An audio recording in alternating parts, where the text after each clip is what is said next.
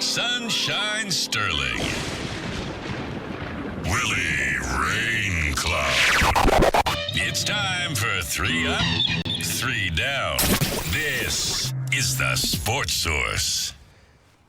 Indeed, it is the Sports Source, and this segment is 3 Up, 3 Down. It's brought to you by Scrambled Jake's Breakfast Company. Not only is this the best place in town for morning get-togethers and off-campus business meetings, but they can host your holiday party, folks, and it's not just their breakfast menus. Starting in the afternoons, they host private events, full menu.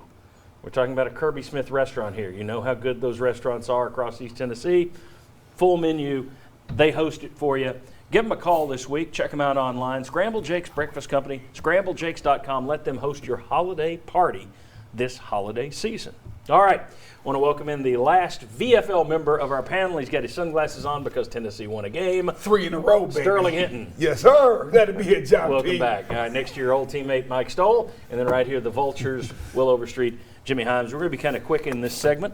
3 up, 3 down. The number 3 up. Did you guys ever arrive at a consensus? You're going to fight it out. No, we fight it out. Okay, what do you got? We'll argue. That's what we do. We in a huddle, Lineman and quarterback. But we always succeed on the play that's called. This is 3.5. I got to say Nigel Warrior, right? So 6,571 days ago, Tennessee, I'm living in my history.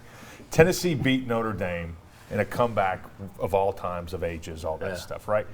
I was showing some video clips to my daughter yesterday, and number 18 stepped in front of a pass, made an interception, and she's like, "Oh," I said, "That's Dale Carter. That's Nigel Warrior. You know, that's his dad." And just he has played like we finally hoped he would. I know you guys have talked a lot about him, but just seeing that interception that he had and the way he kind of jittered and moved made me think of Dale Carter. And I say that because I just love Dale Carter, and he was a crazy teammate, but he would fight for you.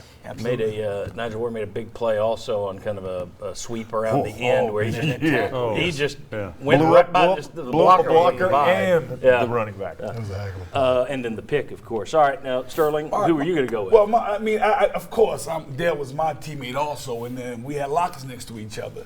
And what was incredible, though, is that I'm liking the fortitude and a guy who's always there every game and not always getting the ball, but came through yesterday.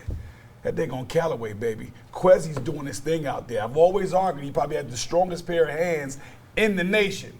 A couple of catches he made yesterday proved that. Marquez Callaway, keep it going, brother. 4 catches, 103 yards, 1 touchdown. As you pointed out on the radio with Will and myself this week, he also leads the SEC in yards per catch, and 4 for 103 didn't hurt the average. All right, we're going to be kind of quick here with the downs. So you don't have to just say it. You can give me a little something. We don't need a long time of the downs. Who's number 3 down for you? It's got to be Trey Smith. I mean, that play that he had, Personal jumping foul. back over the pile, personal foul. I mean, he plays good. He's a leader. That was just stupid. And it cost them and pushed them back and got them out of being able to score a touchdown there. So bad timing, bad play, not necessary. Agreed? Agreed. Okay. Number 2 up. I'm going to take the 2. You go. My boy JG, Jared Garantano, brother. I mean, look here, the toughness this kid is displaying is beyond Jersey tough. It's a whole nother level. Intergalactical, what this guy is doing out there. He's coming in, he's almost perfect in the second half. He has 1 incompletion. He's 8.5 yards per completion. I mean, this guy's doing his thing, and he's winning games. Winners always have fortitude and stick to the task. And that's what Jared Garantano's doing. All right, Intergalactic. Jared had 7 of 8, 115 yards, 2 touchdowns, and 30 yards rushing. With 1 hand. Whoa! Imagine if he had both hands. Who was the? Wait a second. Maybe they should have broken that wrist earlier in the season. Sorry, Jared. Number 2 down. Well, it wasn't a galactical performance. I'm going to go with Brian Maurer. I didn't think he played well. He was off target. I think he was 7 out of 16. He had a 30-something yard pass at the end of the half, but I just didn't think he played that well.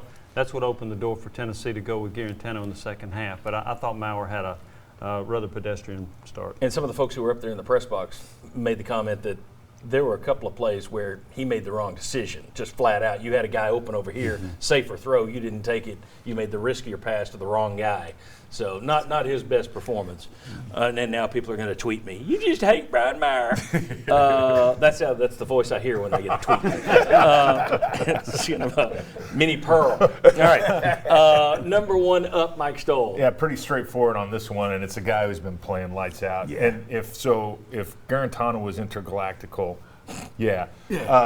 Then Daniel Batuli needs to be created as a Star Wars figure because that's how good he's playing. 19 tackles, a leader. Banged up a little bit, goes off for a play, comes back in. He is what the defense needs down the stretch to get to a bowl game. 9 tackles. He had double-digit solo tackles. 10 solo tackles on the night.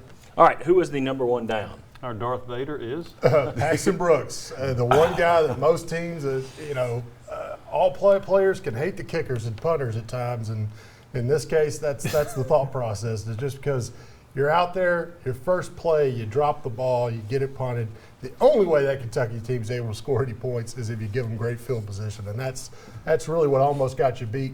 Fortunately, you had blocked an extra point, and so your special teams never come through and put you in a better situation at the end of that game. But that was a huge play, and right now the punting team for Tennessee is unreliable as what you're going to get from the quarterbacks. It's as much so with the punting team right now. What you're going to get, you do not know. And I still don't know what turned them against Joe Doyle to ever get Paxton Brooks in the mix. Anyway, maybe they were sitting there. Maybe it was hang time. I don't know. But break his wrist. He'll do better, right? Wow. Rough team now. All right. When we come back, second guesses. There was the interesting issue at the end of the game. Pruitt got it right. Did he do what all of us would have done? We'll discuss that next, and we're back on the Sports Source.